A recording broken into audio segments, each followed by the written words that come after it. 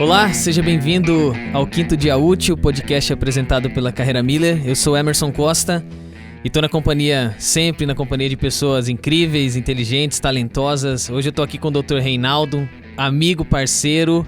Privilégio estar contigo, muito obrigado.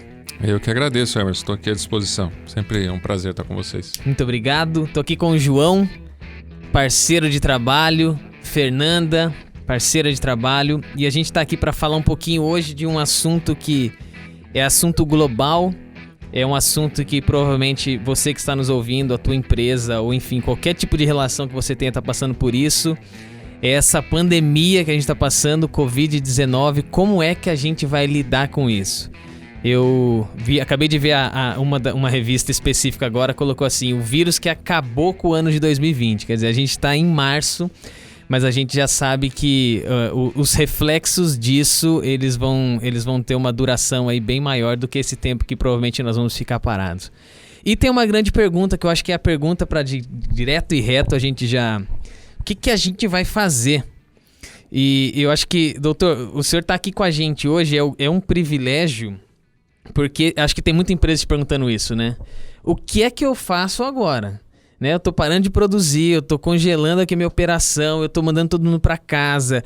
Aí nós vamos falar de home office também no podcast seguinte. Como é que eu lido com isso? Como é que eu controlo produtividade? Existe um clima de tensão? O que é que acontece agora? O que as empresas estão chegando e colocando assim como pau de uma forma geral? Depois eu quero te fazer perguntas específicas, né? Tá bom. Eu pensei que a sua pergunta fosse, quando é que vai sair a vacina? Pois é, esse é o desejo de todos. Ninguém pergunta nem quanto ela vai custar. Né? Bom, a questão é exatamente essa aí que você mencionou, Emerson. Nós estamos diante de uma situação complexa que vai demorar talvez 60, 90 dias. Nós estamos em março, o negócio nem começou direito no Brasil. A gente tem visto exemplos terríveis como a Itália e a própria China. Os americanos fechando fronteiras. Enfim, nós ainda vamos passar pelo olho do furacão. Ele nem começou ainda. Está todo mundo ainda nos seus empregos, não nas suas escolas mais, né? Esse também é outro segmento difícil. Sim. As escolas a gente ainda paga as mensalidades, a escola ainda se mantém e mantém os professores. Mas vai chegar um tempo que eu não vou ter dinheiro para pagar as mensalidades, porque o meu emprego está em risco, né? Então as empresas estão tentando isso. Primeiro, como manter a mão de obra e como fazer isso sem ter o custo da folha de pagamento.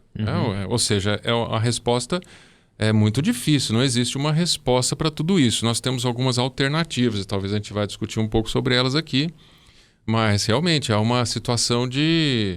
Eu não digo nem que é pânico, porque é uma situação real de bloqueio da economia. A economia foi simplesmente bloqueada, não por um ataque... cibernético ou uma guerra mundial, mas a proporção é todo o globo, não é? As guerras mundiais que a gente tem notícia, de certa forma, foram centralizadas na Europa, etc. Agora, a questão é uma pandemia, seja no planeta todo. Então, talvez a gente tenha que acelerar aquele processo de ida a Marte ou à Lua. Mas vamos lá. Pois é, acho que esse é o grande movimento, assim, né? O que fazer a partir de agora e como lidar com isso, assim. São muitas perguntas, talvez muitas delas não vai ter resposta mesmo. Eu vou tentar fazer uma adequação. Incrível isso, né? A gente vai fazer esse podcast e tem até um material bem interessante que o senhor providenciou pra gente, boletim informativo.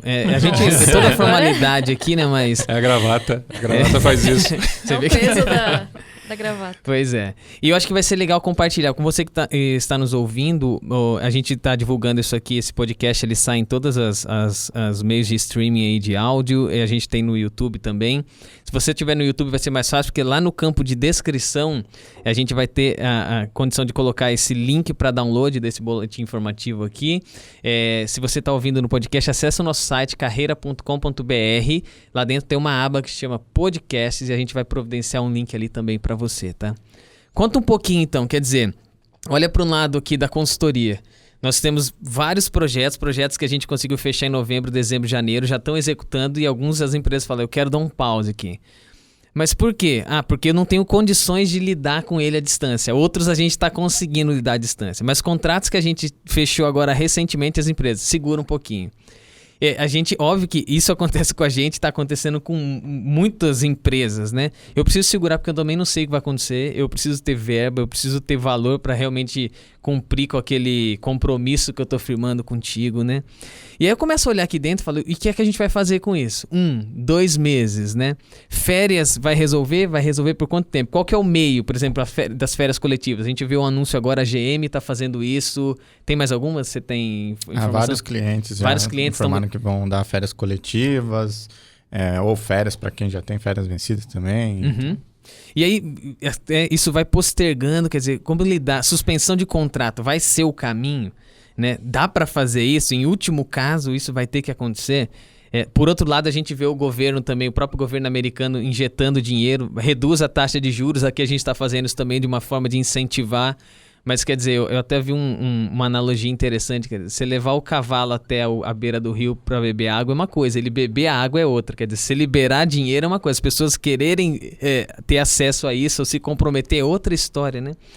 Banco de horas, o quanto pode contribuir. Professor, é muita coisa. Professor, doutor, por isso que esse cara está aqui com a gente.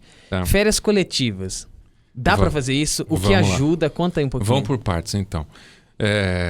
Primeiro, eu agradeço por ter veiculado aí ao seu público o nosso informativo.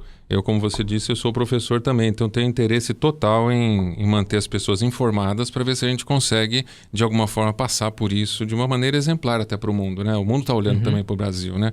Nós somos 200 milhões de consumidores, não é uma população pequena. O que eu tenho visto é o seguinte, nós temos 2 tipos de negócios. Os negócios que não sofrerão agora e os negócios que sofrerão agora com a sua atividade. Com atividade, ok? Eu tenho, como disse a vocês antes de iniciar a nossa transmissão aqui, eu tenho clientes que têm estoque bom, têm produtos para vender, estão produzindo e tem cliente comprando. Como, por exemplo, na área do alimento. Os supermercados estão abertos, as farmácias estão abertas, né? Os hospitais, álcool em gel, se achar, inclusive... Papel higiênico também parece que tá. Esse eu comprei, viu? Então, são 2 negócios diferentes. O negócio que está operando, vamos primeiro por ele. O negócio que está operando, se você está ouvindo a gente e o seu negócio não tem assim uma perspectiva de paralisar a produção no próximo mês, ou seja, você tem um mês ainda para cumprir, mas tem uma doença chegando, você tem 2 coisas para fazer. A primeira é cuidar do transporte das pessoas. Porque as pessoas que estão ainda sadias, a sua atividade está sadia, você precisa fazê-la chegar à tua empresa e produzir. Eu tenho visto empresas trocando o transporte público ou fretados por reembolsos de quilometragem. Os empregados vêm de carro, com 1, 2 ou sozinho de preferência, para chegar até o trabalho e evitar a contaminação. Aí dentro do ambiente estão investindo mais em higienização. Então tinha uma pessoa fazendo, agora tem 3, 4. Tinha um turno só, agora tem direto. Então tem gente limpando o tempo inteiro. O cara pega uma ferramenta, põe lá, vem alguém limpando atrás. Isso para você manter o seu público sadio e manter a sua atividade produzindo. A segunda coisa para esse grupo de empresas que estão operando é trabalhar em home office, é fazer o trabalho à distância. Tá. Que não é a mesma coisa que teletrabalho, mas nós vamos falar talvez mais para frente um pouquinho essa diferença. Vocês, por favor, me lembrem, porque isso é realmente importante a gente falar. Então, para essas empresas que têm operação, que têm ainda um tempo pela frente, mas que vai passar por essa dificuldade de locomoção, o que está sendo feito é essa discussão do transporte e do home office. E dentro das empresas, um trabalho intensivo de informação, distância entre um empregado e outro e a questão da higienização. É isso que está sendo feito. Remanejamento de horário de refeição para que possa dar tempo de limpar e as pessoas ficarem fora. As outras empresas, que eu acho que a grande maioria, pelo menos a grande maioria de empregados está nesse outro universo, que é as empresas que daqui uma semana já não vão ter mais produtos para entregar. Se elas têm estoque ainda, já estão, como o João falou, já estão praticando alguma coisa. As que não têm estoque ainda vão até acabar a matéria-prima e aí vão, daqui uma semana talvez, Eu não sou analista de mercado, mas daqui uma semana, talvez, essas empresas vão começar a parar a atividade. O que nós temos para ela? Bom, nós temos algumas coisas, e aí vamos fazer uma nova divisão. Nós temos algumas coisas da lei e nós temos algumas coisas da época de crise. Então, esse informativo que você vai ver, ele mistura essas duas coisas para que você saiba qual é o teu cenário. A da lei, ela diz o seguinte, você pode usar férias coletivas, você pode usar férias individuais, você pode usar banco de horas. Ok? A da calamidade, o da calamidade não é uma lei nova. É uma análise da lei velha sobre um óculos diferente. Você vai usar um outro óculos. É um óculos assim, pode mais coisas. Então, nós estamos falando do mundo da interpretação. E aí a gente começa a pisar em ovos. Porque nós sabemos que a Justiça do Trabalho, ela historicamente, ela usa uma interpretação pró-empregado, ok? Agora, nós nunca tivemos uma crise desse tamanho. Como é que a Justiça do Trabalho vai encarar uma análise ou uma interpretação mais de crise? Como é que... eu cito, por exemplo, um caso. Já existe desde a CLT, desde 43, talvez, um artigo, o artigo 61, parágrafo 3º, que ele diz assim, já fiz umas anotações aqui também, ele fala que o empregado, por força maior, se a atividade da empresa for interrompida, o empregado pode ser colocado em casa. Ele recebe o salário. E aí, na hora que volta, ele tem a obrigação de cumprir até 2 horas extras por dia, sem receber por elas. Aqueles dias que ele... por 45 dias, diz a CLT. Então, a CLT diz que em 45 dias, quando do retorno da atividade, todas aquelas horas que estavam acumuladas, veja, não é um banco de horas, mas é uma coisa que já existia na CLT. Então, eu posso usar por 45 dias até 2 horas por dia. Ou seja, eu tenho aí em torno de 90 horas para gastar. Até 90 horas eu consigo segurar. Essa medida, eu digo que ela já está naquele mundo da crise, da interpretação de crise. A gente chama de direito do trabalho de crise. Então, esse período, ela precisa ser contemporaneizada. A empresa precisa saber que ela vai entrar num universo nunca testado. Está na lei, mas nunca foi testado. Por que nunca foi testado? Porque depois de 43, nós só crescemos direitos trabalhistas. Os direitos sociais foram sempre avançando. E em 88, quando veio a Constituição, houve uma regra dizendo o seguinte, olha, toda hora extra tem que ser paga, exceto aquelas que forem combinadas num acordo de compensação com o sindicato. Então discute-se se esse artigo 61, parágrafo 3º, que obriga o cara a ficar em casa e depois ele volte, ainda que ele fale em força maior, se ele não estaria já contra a Constituição, porque a Constituição sempre exige a presença do sindicato. Então vai a primeira dica aqui. E quem está acostumado a ouvir esse podcast e já me ouviu falando uma ou outra vez aqui com vocês, vai agora lembrar da dica. Nós vamos precisar do sindicato. Nesse período, nós temos 2 tipos de empregadores aqui. Um que vai arriscar e o outro que vai fazer a mesma coisa daquele primeiro, mas com o sindicato. Com o sindicato é mais seguro? Sim, mas é mais chato, porque o sindicato vai oferecer resistência. Claro, ele está lá para defender os interesses do empregado. Mas já há algumas manifestações por aí do sindicato se conscientizando que o assunto não é brincadeira, né? Não é assim, mais uma investida do capitalismo para oprimir o trabalhador. A gente está vendo que não é isso. Então, esse é o cenário. Se você tivesse investido em relações sindicais há 1 ano, por exemplo, você já teria credibilidade junto ao sindicato, você teria já um relacionamento pré-estabelecido, você já teria um interlocutor adequado, você já teria um terreno pronto para você semear. Agora você não tem nada disso e vai enfrentar. Ok, antes tarde do que nunca. Agora tem as empresas que vão arriscar independente da negociação sindical. Essas nós não conseguimos prever. Então eu tenho aqui uma lista de algumas coisas que a gente pode fazer e você já entendeu que nós temos 2 universos. O universo da negociação coletiva, que o risco é baixo, mas a chateação é grande, e aquela outra que o negócio é já, mas o risco é alto. Então são elas. Posso já entrar? Claro. Então vamos lá. Nós falamos das férias coletivas, essa eu não preciso do sindicato. Ok. Basta eu comunicar com 15 dias de antecedência e todo mundo sai em férias coletivas. Alguns me perguntaram, Reinaldo, eu preciso esperar 15 dias? 15 dias o mundo desaparece. Pois aqui. Eu pensei agora, quem tomar decisão hoje... Então, se você for até o sindicato, já existem alguns acordos sendo feitos. A justiça não testou nada disso, ok? Tudo que nós estamos falando é inovação. Nós estamos criando a história aqui.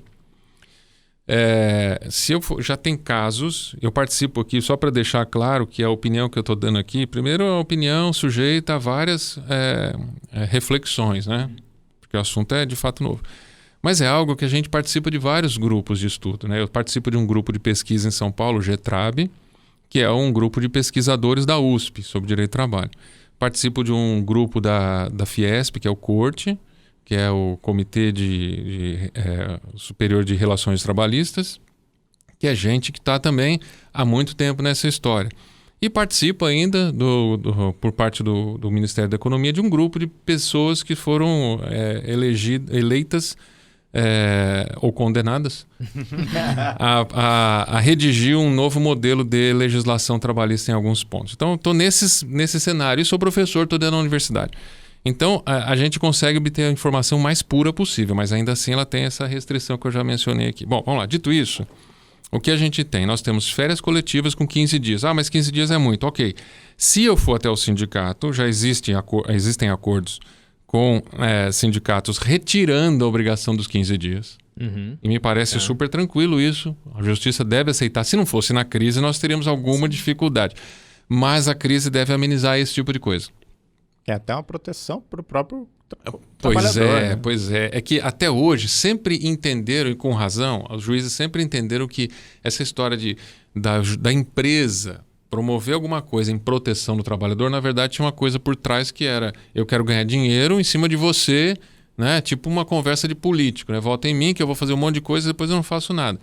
É o que muitas empresas acabaram usando. Então ficou com uma pecha de que toda vez que vem uma AIA para proteger, na verdade eu quero ganhar dinheiro. Dessa vez não é. Dessa vez ou eu vou fechar as portas e nós dois vamos perder, ou nós temos uma oportunidade, né? Bom, o fato de eu não avisar o empregado, veja, eu vou também queimar férias dele, certo? E o cara não vai poder ir para lugar nenhum, que lembre-se que ninguém está podendo ir para a praia, né? Nem para shopping. O cara vai ficar em casa, vai queimar as férias em casa. Mas é o custo que nós temos que, como sociedade, suportar. Então nós temos as férias coletivas, que o aviso é de 15 dias. Nós temos as férias individuais, que a lei também impõe um aviso de 30. E ela não deixa a gente negociar um período menor. E eu estou entendendo da mesma forma que as férias coletivas. Se eu for para o sindicato e disser, olha, eu não vou respeitar os 30 dias, e o sindicato, por meio de um acordo comigo, disser, ok, considerando o cenário, pode ir para cima com férias individuais ou coletivas, ignorando o prazo antecedente, isso vai valer. Tá? Então é o que nós estamos estudando. Depois, nós temos o banco de horas. E aí nós temos que lembrar de novo o que é o banco de horas. O banco de horas ele tem o anual, ele tem o semestral e ele tem o mensal. Esses três a lei está dando o nome de banco de horas. O anual eu preciso do sindicato.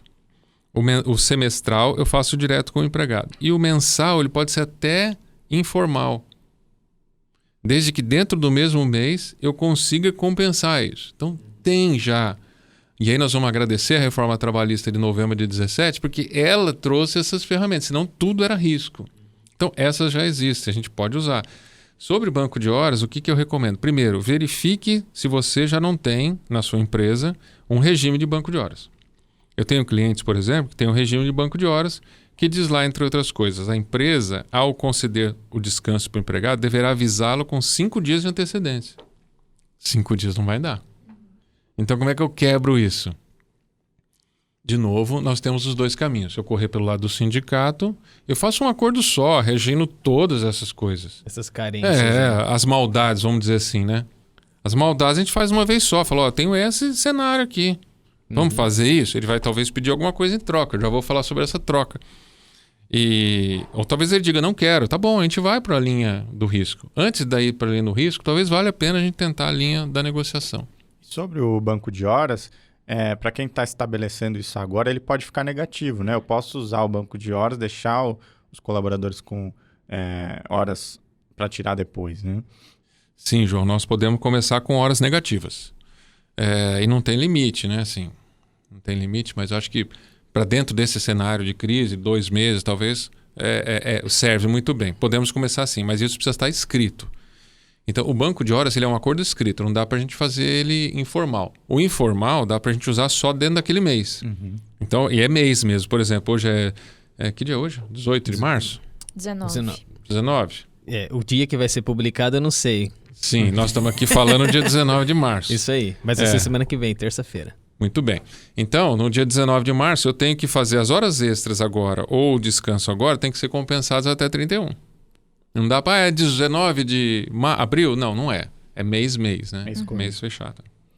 Bom, então, nós estamos falando de banco de horas anual, banco de horas semestral, que pode ser com os empregados, e nós temos que olhar, a recomendação que eu dei primeiro é, olhe se você tem um acordo escrito. Se você tem, leia. Se precisa ser mudado, é difícil a gente mudar, ainda que ele tenha sido feito individualmente, é difícil eu mudá-lo para prejudicar o empregado. O ideal é que eu faça via sindicato. E outra coisa sobre o banco de horas veja se a sua convenção coletiva ou acordo coletivo já não traz regras sobre o banco de horas. Talvez ali já esteja a sua resposta, positiva ou negativa, você vai ter que enfrentá-la. Não dá para a gente partir do nada quando há um acordo escrito. Nós precisamos superar aquele acordo escrito. Eu acho que eram essas as observações sobre o banco de horas, né? Aí, bom, então nós falamos em férias individuais, férias coletivas, banco de horas. Tem a possibilidade da licença remunerada do empregado. E olha só a sacada positiva da licença remunerada. É que a lei diz, a CLT já de muito tempo, num dos artigos 134, se não me lembro, quando ela fala de férias, ela diz assim, 133, item 2 e 3, na verdade. Ela fala assim, quando o empregado estiver em período aquisitivo de férias, nós temos o período aquisitivo, depois nós temos o período concessivo. Quer dizer, eu entrei em janeiro de 2019, em dezembro de 20, eu completei o meu período aquisitivo. Depois desse período completo, o empregador tem que dar nos 12 meses seguintes as férias, independente do que aconteça. Tudo bem? Bom, não é sobre esse período que nós estamos falando, é do novo período aquisitivo. Então, se esse exemplo que eu dei, o empregado entrou em janeiro de 19, ele ainda não tirou férias, bom, você tem umas férias para dar a ele, certo? Do período aquisitivo passado. Ah, Reinaldo, mas eu dei no final do ano as férias coletivas ou individuais. Ok, então ele começou um novo período aquisitivo. Ele ainda não tem completo. O que a gente pode fazer? Primeiro, a gente pode pensar em férias antecipadas, que é uma coisa que não está prevista na lei, mas nessa crise daria para a gente tentar. A segunda coisa é a gente pode pensar numa licença remunerada. E a CLT diz que se o empregador der uma licença remunerada, preste bem atenção, de mais de 30 dias, o empregado perde o direito às férias daquele período aquisitivo. Então, em 2020, o cara que começou em janeiro e ia completar o período em dezembro, se dentro desse período houver uma concessão de licença remunerada por tempo ininterrupto superior a 30, ele perde o direito às férias de 2020. Então, quer dizer, já cumpriu a finalidade das férias, que ele já descansou 30 dias. Uhum. A dúvida que surge é sobre o terço constitucional, aquele direito que ele ganha além das férias. Eu entendo que, se não há direito às férias, não há direito ao terço constitucional. Mas há quem entenda que são direitos separados. Ele perde as férias, mas o terço vai ter que dar em algum momento para ele. Bom, de qualquer forma, é uma medida que pode ser usada agora imediatamente. A licença pode ser de hoje para amanhã. É difícil entender os dois lados, mas um lado você quer proteger o emprego e do outro ele quer descansar. Eu tenho direito a todas essas coisas, né? Sim, é quase que um balanço sim. que se tiver talvez um discernimento de ambas as partes, fica mais fácil. Eu acho Mas vale um momento de conscientização, né? A gente mas nunca passou por uma situação como que assim, é isso, né? na prática? Como é que... Bom, eu tive um caso de um cliente essa semana que falou para mim, Reinaldo, você acredita? Eu coloquei uma pessoa em casa em home office, passou 2 dias e ele falou, mas eu estou gastando mais energia elétrica agora que eu estou aqui em casa. Quem vai pagar a minha energia elétrica a mais que eu estou gastando? Então, parece, é que eu tenho uma teoria meio boba, que é assim, o Brasil nunca passou por um problema de fome, de guerra, de verdade. Então a gente não tem histórico disso. Você pergunta para um italiano como é que é ficar em casa, os tempos que eles estão ficando agora, e talvez os mais velhos vão se lembrar dos períodos de guerra, de fome, de peste. Nós não tivemos. Então a gente acha que realmente é algo que não vai de fato acontecer. Então esse empregado, eu espero que seja a minoria, esse empregado acha que ainda tem direito a receber lá 10, 12, 15 reais pela energia elétrica adicional que ele está pagando para manter o notebook dele ligado durante o dia. Ele acha que a empresa ainda está ganhando. As empresas até ganham com home office. É um ganha-ganha. Esse caso não é de ganhar, esse caso é de sobreviver. É isso aí. Bom, eu falei da licença remunerada, banco de horas, férias individuais, férias coletivas. Você quer falar do toma lá da CAC, sindicato? A questão, seria bom. O que pode ter nesse jogo de troca? Porque falou, opa, peraí, vamos lá. Coloca um pouco dessa... Bom, vamos lá. Tem um artigo da CLT que veio com a reforma, que é o artigo 611-A. E eu já falei aqui sobre ele, que ele dá ao sindicato uma ampla possibilidade de negociar. Para menos, né? Negociar para mais sempre teve, negociar para menos. Pegar a lei e dividir um direito em várias vezes, em vez de uma vez só. Enfim, não me ocorre nenhum exemplo agora clássico, mas ele pode negociar para baixo uma série de coisas. Só não pode negociar para baixo aquilo que está na Constituição Federal. Mas nesse mesmo artigo, ele permite que o sindicato negocie redução salarial com o empregador, como a Constituição também já permite. Mas, se não me engano, no parágrafo 3º desse artigo 611-A, ele diz que na negociação de redução de salário e jornada, o empregador deverá assumir o compromisso de não despedir empregados enquanto estiver em vigor o acordo. Então tá aí uma garantia para os empregados que, ainda que eu faça esse processo, eu não tenho a finalidade de demitir ninguém. Então talvez, olha só, se o empregado é mais consciente, cada um tem uma cabeça, não vou dizer que o outro não é. Mas se o empregado talvez seja mais consciente, o que ele vai fazer? Ele fala, é um jeito de eu garantir meu emprego. Nós vamos ficar com uma redução de 25% de salários e 25% de jornada, talvez. Beleza, significa que em 3 meses, que vai durar o acordo, 1, 2, 3, eu não serei demitido. Então já é uma baita garantia para os tempos de hoje. E aí vai do sindicato a capacidade de negociar melhor. Por isso que é bom você pagar bem um sindicato bom. Participar das assembleias, da vida sindical, como é na vida do condomínio, né, por exemplo. Você tem um bom sindicato forte, ele não vai ser um aloprado, né? Não vai dizer não para tudo, mas também não vai dizer sim para tudo. Então ele vai negociar, extrair o que é melhor possível daquela história toda. Então esse é o processo de negociação coletiva que talvez surja dessa cinza toda que está sendo trazida para nós, né? Bom, então aí, se permitir, eu continuo. Quer fazer uma pergunta aqui? Pode? Não, pode. Vai lá. Então, aí eu falei também, eu não sei se aqui no ar ou fora, sobre o artigo 61 da CLT. Então, nós já elencamos 1, 2, 3, 4, 5. A 5ª oportunidade que a gente tem nesse negócio. O artigo 61 da CLT, no parágrafo 3º, ele diz que o empregado, por força maior, quando as atividades da empresa forem interrompidas por força maior, por exemplo, shopping em São Paulo. É uma atividade que está interrompida por força maior. Esse tempo que ele vai ficar em casa, ele vai receber o salário. Mas essas horas que ele fica, veja, é uma antecipação, é uma coisa parecida com o banco de horas, mas já prefixada pela lei. Essas horas que ele fica em casa, ele vai compensar depois quando voltar à atividade por um período de até 45 dias, 2 horas por dia. Maior que os 30 lá do outro? É isso? É o 45 mesmo, você tinha dito? Não, acho que era 45.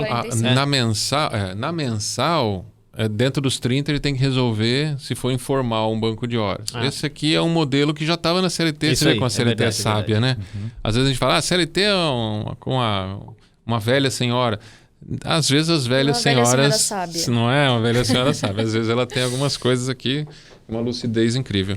Então, esse é o ponto. Então tem o artigo 61 que eu posso já, se eu tiver que interromper... Então, naquelas empresas que precisam interromper imediatamente, o sindicato fechou as portas para a empresa, os empregados não querem fazer uma negociação, a empresa pode, por força maior, determinar que o empregado fique em casa, ele vai receber, ele não vai trabalhar, ok? Não é home office.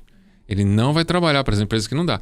Não vai trabalhar. E quando voltar à atividade, você vai fazer horas extras para mim, 2 por dia até 45 dias, ou seja, estão falando em algo de 90 horas, que é para compensar aquele tempo. Então, se a crise, o pico da crise durar, algo próximo de 20 dias, 30 dias, né, de ausência total dentro da empresa, e vale a pena lembrar aqui que nós estamos no dia que já mencionamos aqui, e eu tenho um contato na Itália, um professor, que ele tem dito para a gente, pelo menos até a semana passada, que as fábricas estavam funcionando. Então, não são todas as atividades. Você tem mercado funcionando, farmácia funcionando e você tem fábricas funcionando. Você não tem as atividades de lazer, etc. Então, talvez a gente não tenha 60 dias de paralisação das atividades totais das empresas, né? Talvez não tenha, exceto as escolas. Também porque quem precisa de escola, né? Bom, então... Eu tenho uma pergunta. Pensei que você tinha uma escola. Bom, eu li que a CLT já prevê que os funcionários doentes tenham faltas abonadas. Mas que essa nova legislação aí agora para lidar com a pandemia, ela permite que as pessoas que tenham tido contato com alguém infectado ou tenham sido expostas a situações de risco, elas tenham o isolamento recomendado por uma instituição de saúde, um hospital, enfim, e o seu salário não tem descontos. É isso mesmo? Nessa situação nessa situação de calamidade pública, né? Como Bom, Fernanda, tá você me sendo lembrou. retratado. Você me lembrou que em Campinas tem um decreto que foi publicado dia 17 agora, que na cidade de Campinas, se eu li bem, a confirmar, mas eu já até posso dizer que com certeza é assim, todo empregado com mais de 60 anos precisa trabalhar de casa ou precisa ser isolado em casa. Já há uma determinação municipal para que essas pessoas fiquem em casa, empregados. Quando ele fica em casa, ou ele trabalha em home office e a gente paga, ou ele não trabalha em home office e a gente paga. Não tem alternativa. Sem conversa. E não é o INSS que vai pagar. Pelo menos por enquanto, o governo ainda não editou nada que o INSS vai pagar. O INSS só paga para quem está doente. Então nós temos duas figuras agora. Uma figura inusitada, que nós nunca tivemos, que é o cara que é forçado a ficar em casa não estando doente. Em Campinas, o cara de 60, e no geral, não há ordem judicial nem administrativa para isso, em geral aqueles que... Tem um amigo que voltou de Portugal e a empresa falou, fique em casa 14 dias. É o recomendado, mas a empresa vai pagar. No caso, ele está trabalhando de casa, mas se é um operador de máquina que viajou, voltou, vai ficar em casa recebendo sem trabalhar. Graças a Deus, o ciclo parece que não é superior a 14 dias. Então, vamos lá, o cara foi para casa, eu vou pagar os 14 dias. Ele não teve mais nenhum sintoma, nenhum sinal, ele volta para trabalhar, ok, eu perdi 14 dias do trabalho dele, eu posso combinar uma compensação com ele? Se foi por ordem da empresa que ele ficou em casa, talvez, eu não sei, eu fiz uma pergunta que eu não sei a resposta, mas talvez seja o caso da gente usar o artigo 61, parágrafo 3º. É que ele fala da interrupção da atividade da empresa. Não de um Não de um indivíduo, cara. né? Não de um cara. Então, e se eu não tenho como utilizá-lo em home office, é como se eu tivesse perdido aqueles dias. Agora você fala o seguinte, não, Reinaldo, eu tenho um banco de horas com ele. Pronto, fechou. Aí você vai usar o banco de horas, você vai dar descanso para ele, você vai ficar descansando. Ah, mas eu quero trabalhar. Um banco de horas bem escrito vai ter a opção da empresa dizer quando ele vai descansar. Então a empresa está dizendo quando ele vai descansar. Vai ser agora. Ah, eu não tenho banco de horas, não tem como fazer, etc, etc. Você vai perder 14 dias de produção e não dá para retomar depois. O problema acontece se ele ficar mais do que 14 dias, porque aí o INSS a gente sabe que até 15, quem paga é a empresa, depois de 15, quem paga é o INSS. Mas o INSS, repito, só paga se ele estiver doente. Não há previsão ainda por o INSS pagar quarentena ou isolamento de pessoas. Tudo bem? Então, tem uma lei recente agora, a lei do coronavírus. Foi publicada, uma lei federal que foi publicada estabelecendo, ele colocou o gato no telhado. Ele falou, olha, considerando a situação, nós estamos estabelecendo aqui o que é quarentena e o que é isolamento. Isolamento é o cara está doente. Quarentena é, eu preciso tirar essas pessoas de circulação. Ele só falou isso, a lei, nesse ponto. Isso já está dando um indicativo, quer dizer, o governo pode estipular quem vai ficar em casa, por doença ou por suspeita, por prevenção, né? Campinas já foi lá e fez o de acima de 60 anos. Toda empresa privada, a pública também ele colocou, mas o curioso é do privado, toda empresa privada tem que colocar por motivo de saúde pública o de 60 anos em casa. Então nós, como sociedade e empresas, vão ter que custear essa brincadeira. Tomara que ela não passe de 14 dias, né? Então é isso. Eu queria fazer uma diferença entre teletrabalho e home office, se vocês me permitem. Por Sim. favor. Você vai fazer nesse e na próxima discussão também. Quer deixar para a próxima? Não, fale já, porque quem tá agora já... Agora perfeito. você vai matar de curiosidade desse jeito. Pessoal, no próximo podcast... Tchau. É o podcast do João Kleber. Né? Para. Me desculpe, tá bom, vamos falar. Eu só queria falar algumas coisinhas assim que a gente faz confusão. E a confusão não é assim, absurdo, não, mas é importante a gente saber a diferença. Porque no teletrabalho, para mim, as diferenças são assim. O teletrabalhador, ele não é regulado a jornada de trabalho dele. Ok? Ponto. O cara em home office é. Então, se eu tenho um cara aqui na carreira que trabalha marcando ponto, e aí por uma questão de saúde pública eu coloquei ele em casa para trabalhar de casa, eu preciso ter um controle de jornada dele. Senão eu estou expondo a empresa a risco. Ele pode dizer que trabalhou um tempão, que ele ficou logado lá e todo o tempo de login dele é jornada de trabalho. O cara em home office, ele precisa marcar. E se ele marca normalmente na empresa... Claro, se ele marca normalmente, né? Se eu tenho um cara lá do artigo 62, é um cargo de confiança, ok. Onde ele estiver, ele não vai marcar. Estou pensando nos que marcam e vão para casa em home office achando que não precisa marcar. Precisa marcar. E se ele marca horário de refeição, lá em casa ele também precisa marcar horário de refeição. Essa é a primeira coisa. 52% do público que a gente investigou no estudo que vai sair de home office aí não controla a jornada. Então, home office é porque as pessoas fazem confusão com o teletrabalho. Porque no teletrabalho não precisa controlar. O teletrabalho, que é uma figura regulada pela lei, pela reforma trabalhista, ele foi excluído, ele é uma das figuras, é uma das pessoas do artigo 62. Se você olhar o 62, está escrito teletrabalhador. O teletrabalhador não tem controle, mas o cara de home office tem. Por quê? Não é a mesma coisa? Não, porque o teletrabalhador é um cara que se utiliza preponderantemente de ferramentas da tecnologia da informação. E pode ser que eu tenha um empregado trabalhando em home office que não usa preponderantemente a tecnologia da informação. Ele está fazendo planilha. Ele não faz tecnologia da informação, ele faz planilha aqui, ou ele faz em casa, eu deixei ele fazer em casa, mas não é um sujeito que mexe com software, mexe com telecomunicações, etc. Então, esse cara que ocasionalmente, por causa da pandemia, está sendo colocado em home office, esse cara precisa ter o controle de jornada. Agora, o teletrabalhador, ele tem uma coisa que eu estou recomendando que se faça para o home office nesses casos, principalmente. O teletrabalhador, pensando na saúde e segurança dele, a lei colocou uma regra, falou o seguinte, ele precisa declarar que tomou conhecimento, que foi treinado pelo seu empregador para evitar acidentes de trabalho em casa. O teletrabalhador tem essa obrigação. O home office não tem. Por que não tem? Porque ninguém regulou o home office. Regulou só o teletrabalho. O home office é um fato social, que já existia antes do teletrabalho.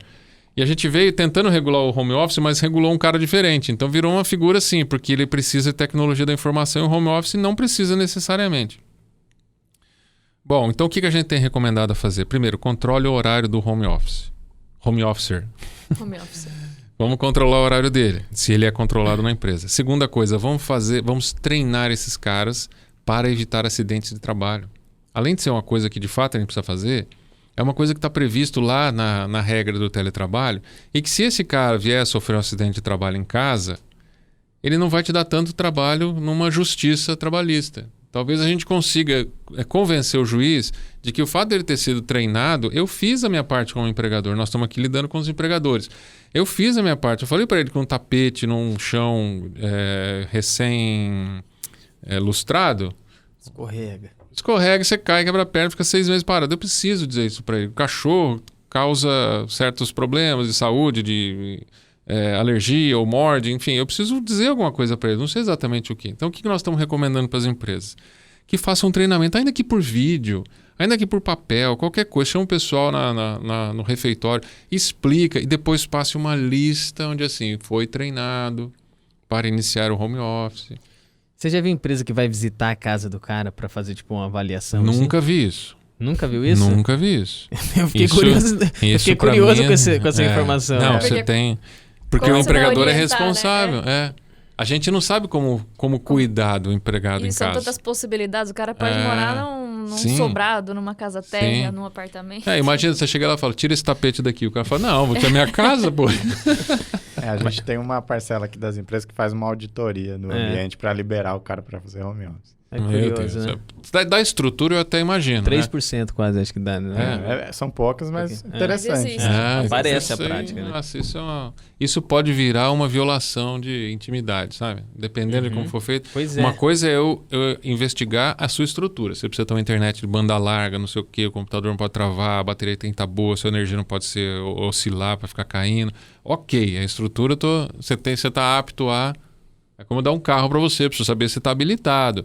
Agora, ir lá na sua garagem para ver se o carro vai ficar coberto, se não vai cair árvore em cima. Mas sabe que é uma coisa que não faz sentido? É assim, eu acho que no futuro a gente vai olhar para isso com... Quer dizer, eu cuido da minha casa do jeito que eu quero, você não tem nada a ver com isso. Mas se eu tropeçar aqui no meu tapete, eu te processo porque eu estava em horário de trabalho. Você fala, cara... Peraí, uma coisa não tem nada a ver com a outra. Tem um problema assim.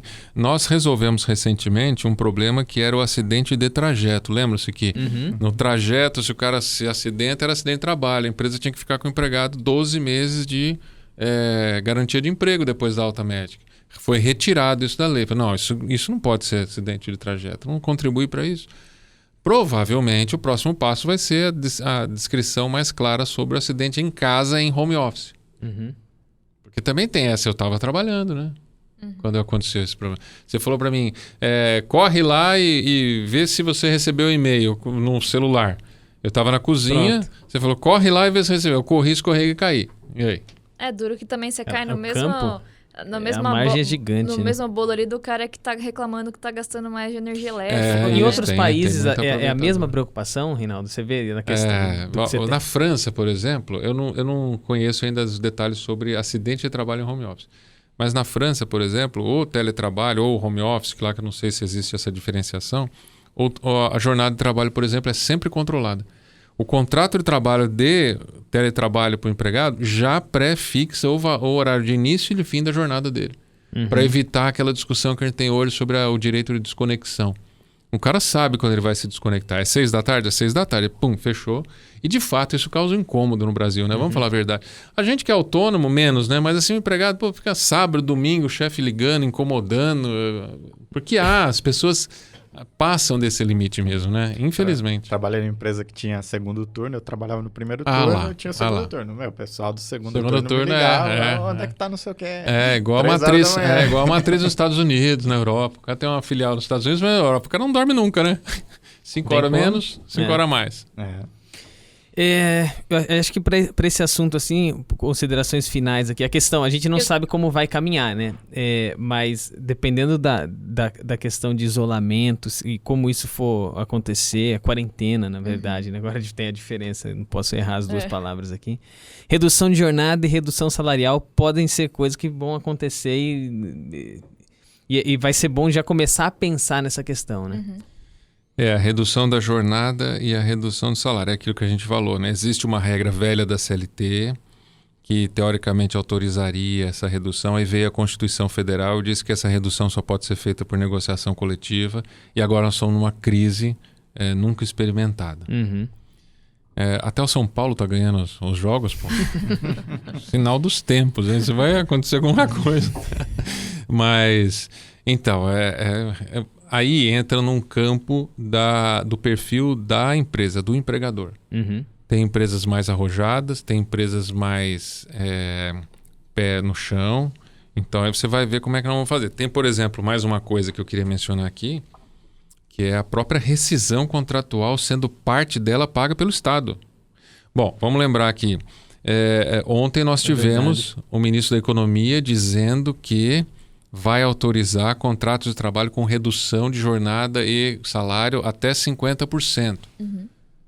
Ele não falaria isso se não fosse essa autorização independente de sindicato, porque já está na lei a possibilidade de redução sem limites. Então, provavelmente vem uma medida provisória, eu não sei de que maneira ela vai autorizar essa redução, mas enquanto ela não vem, nós precisamos tomar uma decisão para já. Tem um artigo na CLT, que é o artigo 501 e 503, se não me engano.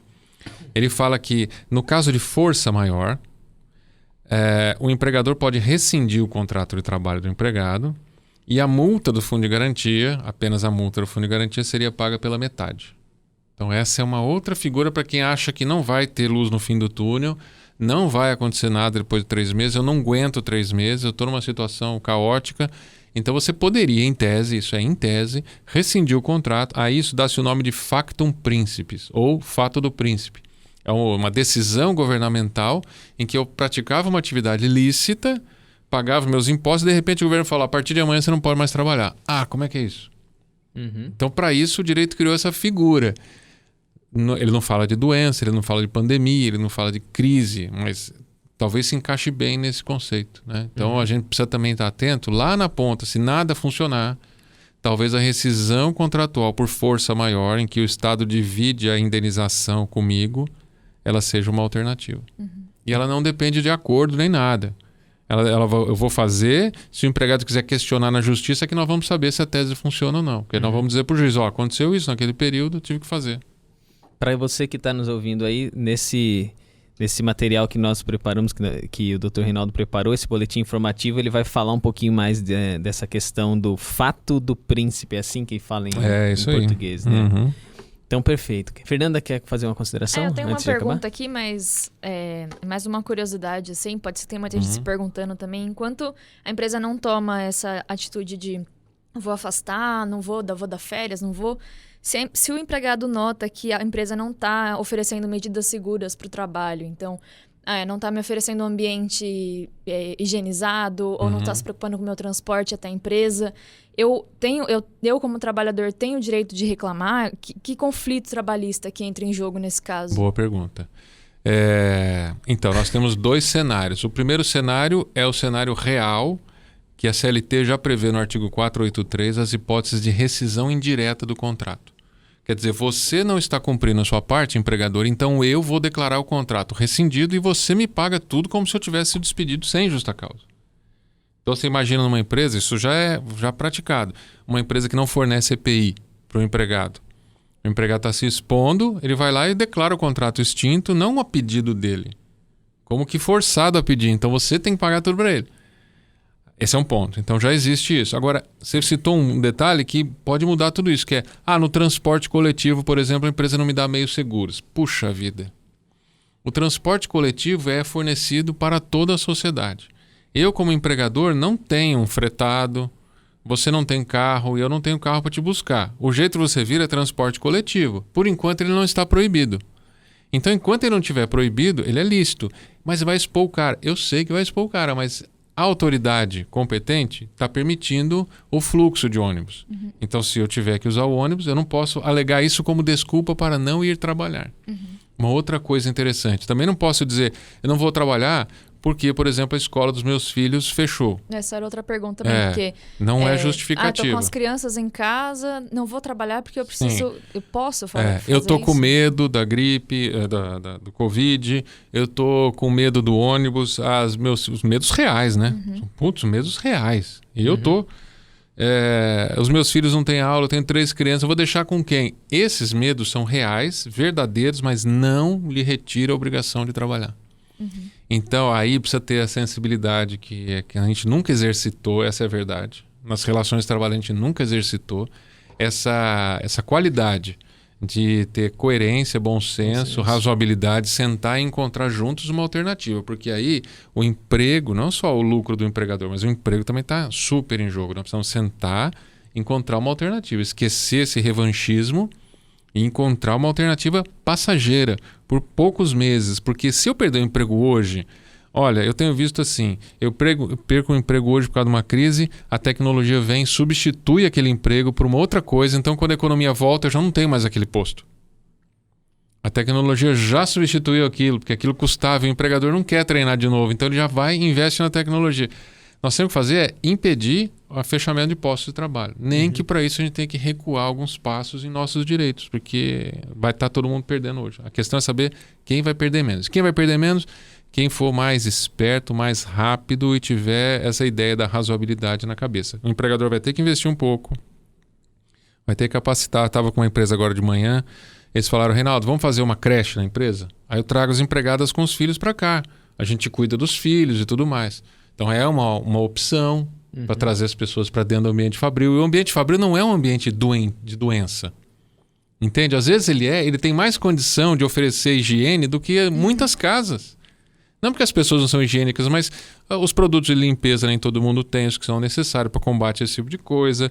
Não vai ter uma empregada ou um empregado limpando costumeiramente, cotidianamente. Ele não vai ter acesso ao álcool gel. A gente sabe como cidadãos mortais que a gente não acha álcool gel em lugar nenhum. A empresa consegue achar.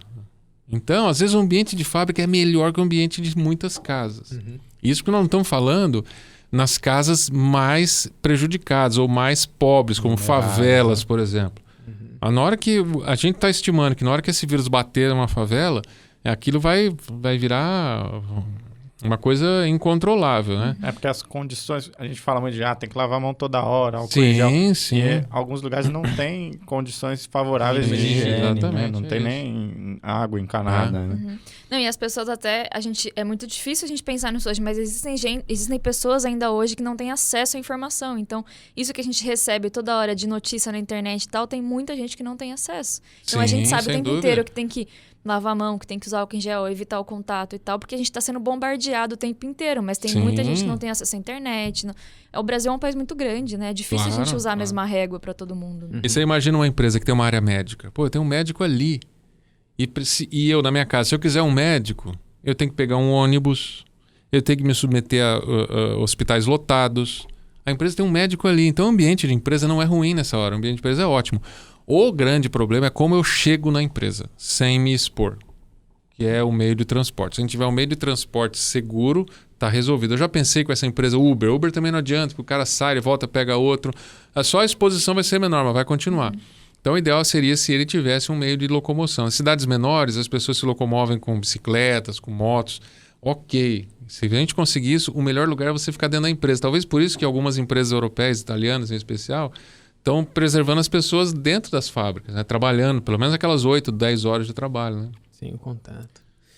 Legal, professor, eu quero agradecer a tua presença aqui, compartilhando isso com a gente. Eu acho que mais do que tudo, a questão da vida é o que mais importa, e acho que a discussão maior um momento como esse aqui para a gente compartilhar essas coisas e as próprias decisões que nós temos que tomar em conjunto é para o bem da comunidade, é para fazer com que todos nós possamos passar por isso, né? Não tem um culpado, né? A gente estava falando isso agora há pouco, né? Quem é o culpado? Cara, não tem o culpado, isso já está aqui. Como é que nós, como sociedade, vamos passar por essa questão, né? Não, e fica uma lição também, porque a gente está vendo aqui, a gente vem falando de home office, alguma dessas outras coisas há 5 anos. E tem também, por exemplo, tem um TED do Bill Gates, há 5 anos atrás, falando da próxima pandemia e como ela seria, como a gente não está preparado. Não estava e não se preparou. Ele falava de coisas que a gente deveria estar fazendo, de como que a gente poderia estar se preparando, da mesma forma que a gente está preparado para uma guerra, nós como sociedade mundial, né? E ninguém fez nada, né? Sim. Então, assim, fala assim, isso era um fato inesperado. Não, já tinham alertas de especialistas e também de outras pessoas da sociedade, e não foi feito nada. Da mesma forma que tem muita gente nos procurando agora sobre essas questões, que algumas delas já estavam previstas há muito tempo. Então, quem já tem um acordo coletivo que prevê isso, quem já tem um plano de gerenciamento de risco, quem já tem equipamento para home office, está saindo na frente, né? E consegue responder a essas crises de forma muito mais efetiva. Sim. Então, assim, não é esperar a crise e agir, né, quando acontecer, mas ter de alguma forma um planejamento, se preparar também, porque isso ajuda muito. Sim. Como resposta, né? E mais uma vez uma oportunidade de aprendizado e também de as empresas que sempre recearam pôr o pé no home office e tal, ver que de repente é possível e a gente consegue se organizar, né? Vejo muita gente em grupo de RH, de remuneração, trocando informação. Então, eu vejo que as pessoas estão se unindo, assim, sabe? Eu preciso saber o que está acontecendo. Por isso que estudos também, como que a gente desenvolveu aqui, é importante. Imagina que o que você troca de informação no grupo ali, você tem no estudo uma abrangência muito maior, né? Do que você pode conhecer de prática de mercado, né? Mas é hora de estudar, focar, experimentar essas coisas novas, estudar a legislação, a ver as possibilidades. O trabalho do Dr. Reinaldo também é muito importante agora nesse momento, né? Esse material que a gente vai anexar também aí, façam o download, vai ser muito enriquecedor aí, ter como material de consulta, compartilha com todo mundo e... compartilhar à vontade. Uma palavrinha final. Sim? Então, primeiro, isso tudo precisa ser dialogado com o seu jurídico. Não dá para a gente inventar e depois tentar jogar no jurídico para corrigir, porque isso vai gerar efeitos para daqui 5 anos. Né? As pessoas vão discutir isso na justiça daqui 5 anos, quando essa crise já vai ter superado, como foi superado várias crises aí para trás que a justiça não deu bola para essas crises. Mas eu tive dificuldade. O juiz falava o seguinte, isso é uma verdade. Ele falava o risco do negócio é do empregador. Se você quis ser um empreendedor, ótimo. Se você ficar rico, o dinheiro é todo seu. Mas se você ficar pobre... não queira dividir com a gente. Então, o juiz sempre colocou isso. Esse é um cenário diferente, mas é bom você conhecer o perfil da sua empresa, se ela é mais ou menos arrojada, dialogar com o jurídico se ele valida essas posições, são todas posições baseadas em interpretação, e você fazer. Agora, 2 coisas. Primeiro, aquilo que eu falei da outra vez. Invista num relacionamento sindical. Conheça o seu sindicato, seus diretores, vê de onde eles vêm, qual é o perfil deles, qual é a necessidade do sindicato. Contribua, porque ele é a ponta que a legislação elegeu como sendo a pessoa que vai negociar em favor dos empregados, mas que ele pode negociar para baixo da lei. Esse é o momento que nós precisamos dele. Também não dá para procurar só na hora da crise, né? Ele também não é um solucionador, não é um bombeiro, né? E a terceira coisa que eu diria tem uma série de opções aqui, vocês viram. Nós estamos falando aqui umas 6, 7 ou talvez 10 opções, ou outras ainda que outras pessoas vão sugerir. Então não precisa ficar no desespero. Nós temos situação prevista na lei para passar um período de 2, 3, 4 meses, dá para encarar. Claro que uma empresa que não tem nenhum caixa, que ela vai ficar 100% parada por 3, 4 meses, ninguém aguenta. Mas se não é esse o seu caso, se você ainda tem alguma condição, existe, não precisa ficar desesperado. Existem modalidades previstas na lei para a gente superar esse período. E aliado a isso, eu disse ontem que o governo anunciou 2 medidas. A primeira é dessa possibilidade de redução para 50% do salário e da jornada. E também um Bolsa Família generalizada, para atender aquele grupo de pessoas que a gente não fala aqui, mas talvez a maior parte de trabalhadores no Brasil, que é o pessoal informal. Então o governo está liberando até R$200 por mês para essas pessoas poderem se manter e ter alguma condição, né? Que talvez seja uma coisa, a gente poderia até discutir num outro podcast, que seria uma coisa assim, qual é o futuro do trabalho, né? Porque muita gente vai para o informalismo, porque esse padrão de benefícios que a gente tem na CLT está cada vez mais difícil. Esse informalismo, ele não cabe todo mundo. Então os estados estão começando a discutir que tipo de renda mínima eu posso distribuir para essas pessoas para elas se manterem na sociedade, porque não vai ter mais emprego para todo mundo, né? Não é um cenário caótico, mas é um cenário diferente do que nós vivemos hoje. E a gente reclama. Talvez nós tenhamos que aprender. Essa visão é super legal. 13 de abril, anota aí o intensivão de remuneração. Na sexta-feira dessa semana, dia 17, vai ter uma aula específica sobre o futuro do trabalho. E já vai ficar o convite aqui, porque esse futuro do trabalho se estende nas conversas e eu acho que você já acabou de dar mais um tema pra gente aqui. Estamos aí. Muito obrigado por você que está aí nos ouvindo. Espero que a gente tenha contribuído com algo. Esse é o desejo de compartilhar coisas que são relevantes aqui para todos vocês. Obrigado pela presença e a gente se vê no próximo podcast. Obrigado a todos vocês. Obrigado, professor. Valeu. Até mais. Obrigada.